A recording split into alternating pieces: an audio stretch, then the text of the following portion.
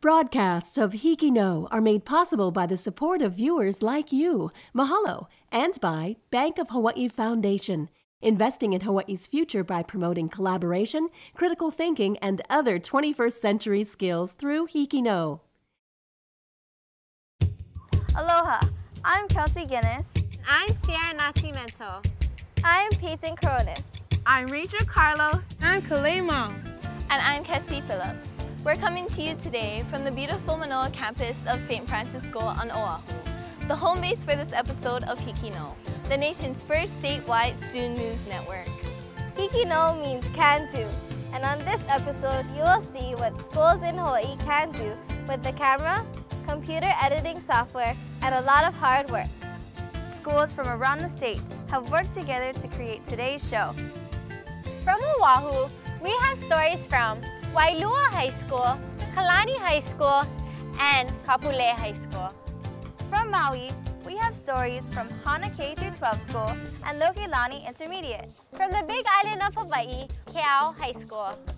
And from Kauai, a story from Chiefess Kamakahelei Middle School. On this show, you'll hear diverse voices from across the island chain, telling stories that connect us all on HIKI NŌ. Before we start our first story, we would like to recognize the grant organizations who made HIKI NŌ a reality. They believe that Hawaii could create the nation's first statewide student news network. They put the faith in us and said can do, and for this we say mahalo. Now on with the show. St. Francis Convent School, which is now called St. Francis School, opened in 1924 in Liliha and moved to its current location in Manoa in 1931. St. Francis has always been an all-girls school until its decision to accept boys in 2006. This was not a popular decision for everyone. The atmosphere on campus is very different with the addition of the boys, but most of the girls have adapted. There are times, though, that we wish we had our all-girls environment back. This year's graduating class will be the last class of all girls at St. Francis. Residents on the North Shore of Oahu are also dealing with some rifts in their community. Coming from the island of Oahu, Waialua High School brings us this story. For the past decade, shark tours in Haleiwa Boat Harbor have created conflict within the North Shore community. People in the community have very strong opinions about this persistent problem. We interviewed a concerned fisherman about this issue. He asked to remain anonymous to avoid negative reactions from other community members. I'm a long-time fisherman here. My grandfather, my father, my uncles, my brothers, we all fish out of Waialua Harbor, Haleiwa Harbor. For generations, crabbers have been harvesting crabs offshore from Haleiwa Boat Harbor. Friends of mine started crabbing white trap back in the early 80s. That brought the sharks. They kind of trained the sharks, the fishermen did. They put bait in the traps for 2 days and pull the traps back up. Once they get it to the top, you take the old bait out, throw it in the water, so the sharks would follow the crab boats around. The attraction of the sharks to the crabbers' bait is what spawned the shark tour industry. It is the shark tour industry in Haleiwa Boat Harbor that is the catalyst for the conflict of the community. When you talk about this shark tour, you won't get plenty mixed feelings because plenty guys they like, plenty guys not gonna like. The organization called Safe Waters for Hawaii organized community members to protest the use of chumming in the shark tour industry at Haleiwa Boat Harbor in 2010. It was like pretty silly. You know, they're saying we're bringing sharks into shore and everything. That's so BS. It's just not true, and it's proven by science. Despite the fact that shark tours no longer chum the waters, conflict and harsh feelings in the community still exist. These harsh feelings have simmered and boiled up to the point where citizens have crossed over the line of lawfulness. Within the span of a 3-month period, 3 of the North Shore Shark Adventures tour boats moored in Haleiwa Boat Harbor have been set afire by arsonists. These fires have resulted in over $450,000 in damage to the shark tour operators' boats. But as far as reaction, it's pretty scary, you know. It's domestic terrorism at its best. The federal law and the state law say that no feeding of sharks in federal state waters unless you're doing research, which we are doing. Stop feeding the sharks just to show people we could do it without it. But we sure be glad when this is all over, because we want to start feeding the sharks again, because it makes it really a much enjoyable tour. Although the shark tour industry has discontinued the practice of chumming in shark tours since 2010, there is still a lingering fear of shark attacks for some of those who enjoy North Shore ocean activities. Reporting for HIKI NŌ, From Waialua High and Intermediate School, I am Eliza Malunau. and I'm Sierra Foster. If you'd like to comment on this story or anything you see on HIKI NŌ, join the discussion at facebook.com/HIKI NŌ can do, or send us a tweet at twitter.com/HIKI NŌ can do. Aloha Show is a tradition that we have had here at St. Francis School for 40 years. It is just like May Day, but happens during Aloha Week in September. This year, we dedicated our show to Emma Chang, who passed away this past December. She would have been a senior this year. Hula was her passion, and dedicating the Aloha Show to her was the best way we could honor her and show what a big impact she made in all of our lives. Our next story takes us to the Big Island of Hawaii, where student Maka'ala Lamho has also made a lasting impact on the students and teachers at Kea'au High School.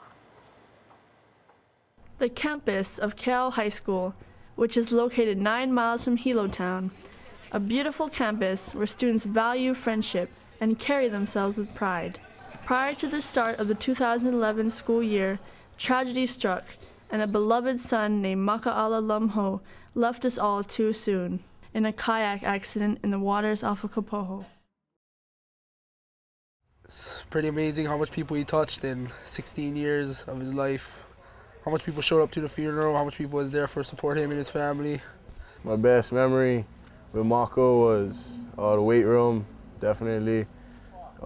He was always the first one there, and he's probably not the strongest one in the weight room, but he always worked the hardest, and he always motivated us to work hard and not slack.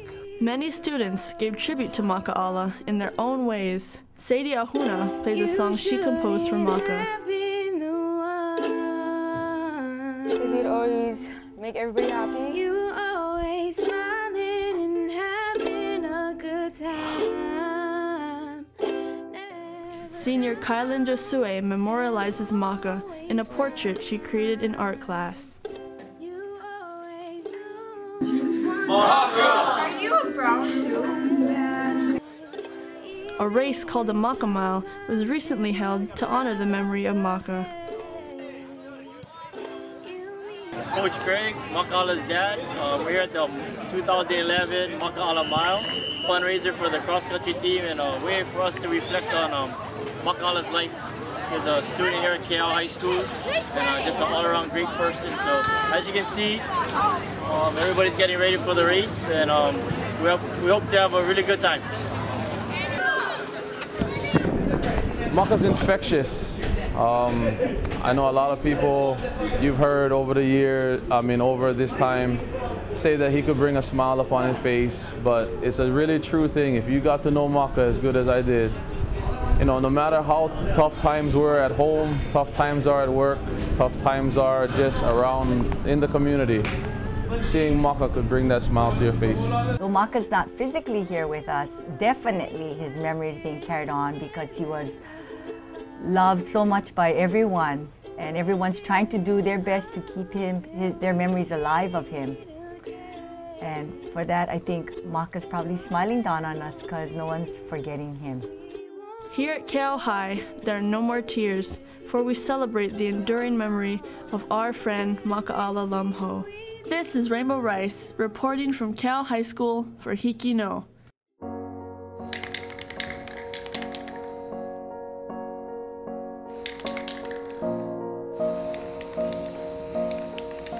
If you could create your own perfect world, what would it look like?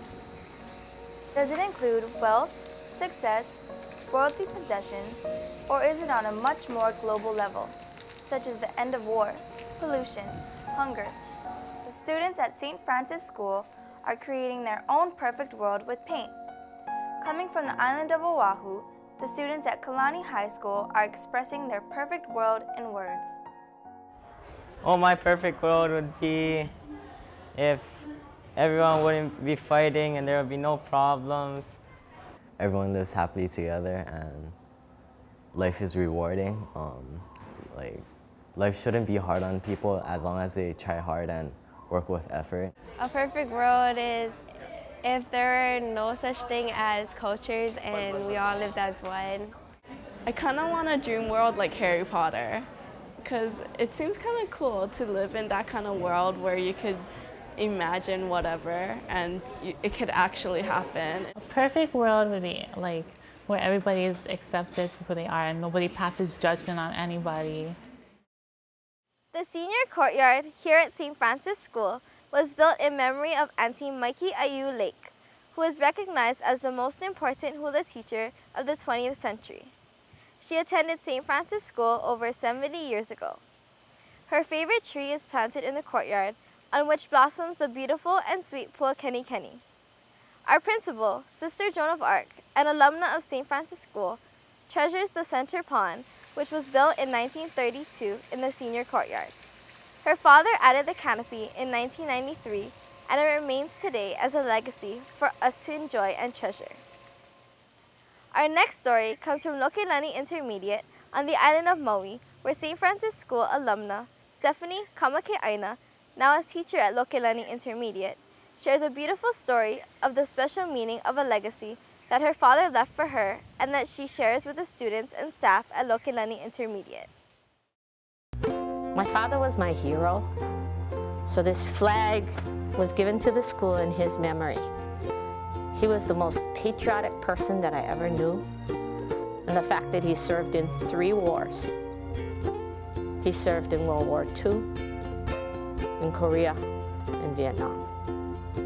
And I mean, even till today, he's gone 11 years. But he's still my hero. He always gave his all. He always taught us to give our all.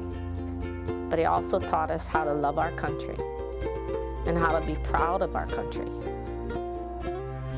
And he made us proud. And this is one way of keeping him close to me, to make sure that every day he was still a part of me.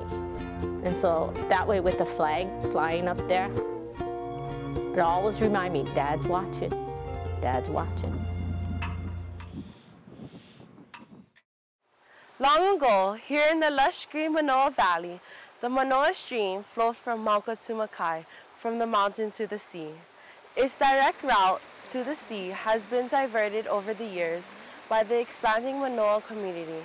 This stream, which borders our St. Francis School campus, at times has caused flooding, not here in St. Francis, but in lower-lying areas of the community. Next, Chiefess Kamakahelei Middle School on the beautiful island of Kauai brings us a story about the changes happening at Kea'au Beach. Beaches. They aren't only blue skies and glistening waters, they're also filled with memories, whether imprinted in the shore or built in a mighty sandcastle. But what if all of that was slowly vanishing? You see, there's no beach without sand, and that's exactly what will happen at Kea'au Beach if the sand continues to disappear. The erosion there at Kea'au, I believe, it's affecting that whole section. It's just not one place. And recently, more sand has gone out of there than 5 years, 10 years. We're talking miles now of sand has depleted really rapidly when they put that in the small boat harbor. But as the sand depleted along the highway, state highways put in rock walls along the road there. That probably has a lot to do with the erosion of the sand there. Sand is, part of our living here. It helps to make beaches so that people can swim in safety, and sand at the beach is still there, but it's offshore. Hopefully, nature will take its course and bring it back. The erosion didn't only eat sand up from Kea'au Beach, but it also affected the county and the people of Kauai. I'm born and raised the west side of Kauai, Kea'au. I felt really depressed just knowing that the beach wasn't the same as how I used to know it. I've noticed the beach disappearing, let's say about 8 months ago. Just driving to work, not noticing anything wrong until the waves breaking against the rocks and the water started coming over on the highway. Been surfing here for the last 20 years. As far as the erosion goes, I guess you just can't stop the erosion. It'll happen. Hopefully it'll come back though, the beach.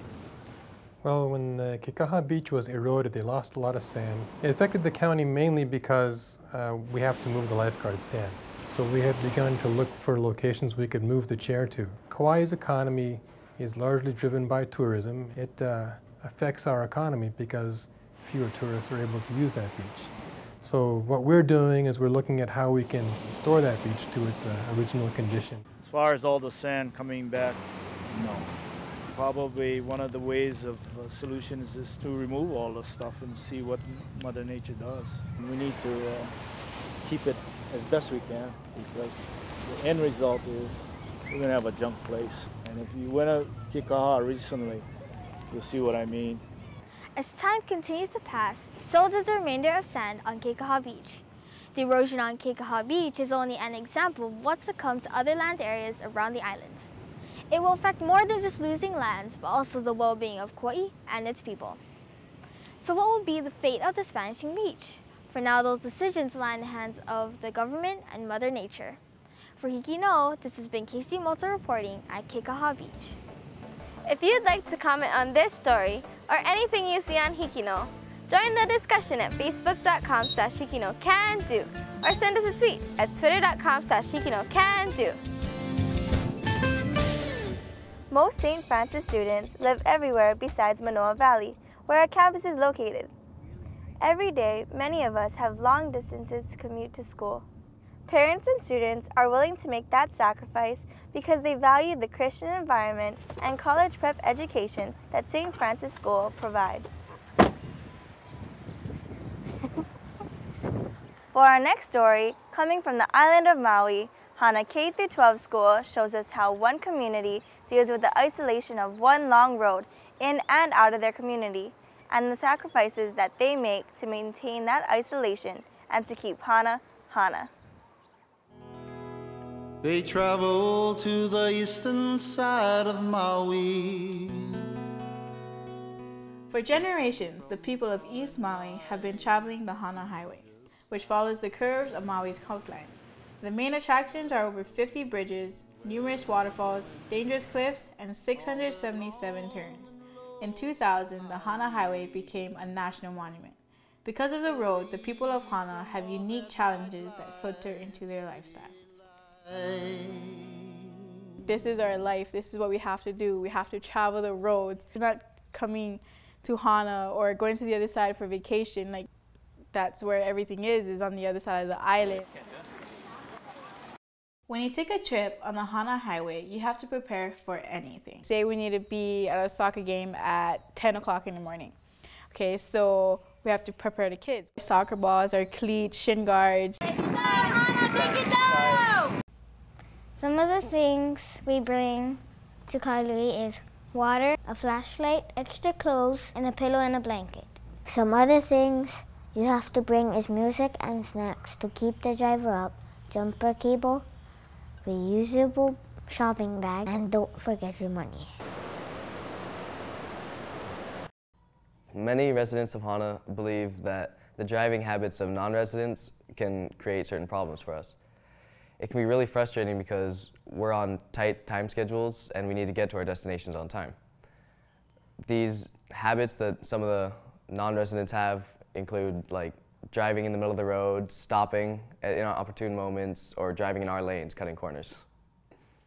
Every day we travel that road, our lives are at risk. You never know when a boulder is going to fall down on your car. We lost a school teacher already, and there were several others too. I had a cousin who left Hana early in the morning to go work. It was pouring rain, the road was slippery, it was muddy. He just drove off to the side. And they found it the next day in his truck, gone. I've been a big part of getting my parents off the Hana road only because it was taking a toll on their life.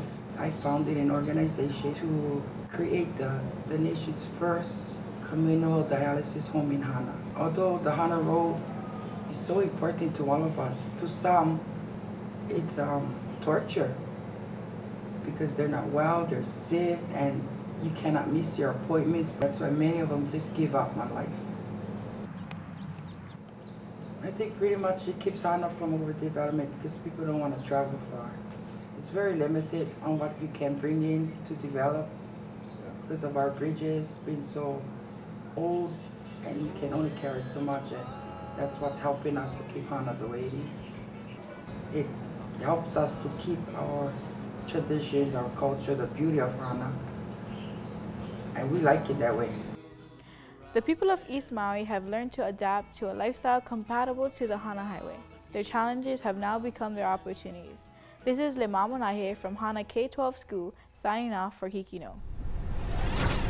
Every morning and afternoon on the campus of St. Francis School, junior police officers wearing their orange vests assist their fellow elementary students in and out of their vehicles. Safety is their priority. On Tuesdays are JPO's practice drills with a Honolulu police officer. Last year was the first year of this program at St. Francis, and we have about 23 4th, 5th, and 6th grade students participating. In our next story, from Kapolei High School, here on the island of Oahu, we learn why their junior ROTC program is one of the newest and largest programs on campus.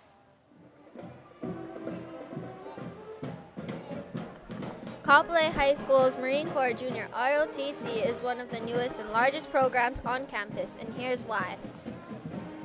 Our program is a leadership education program.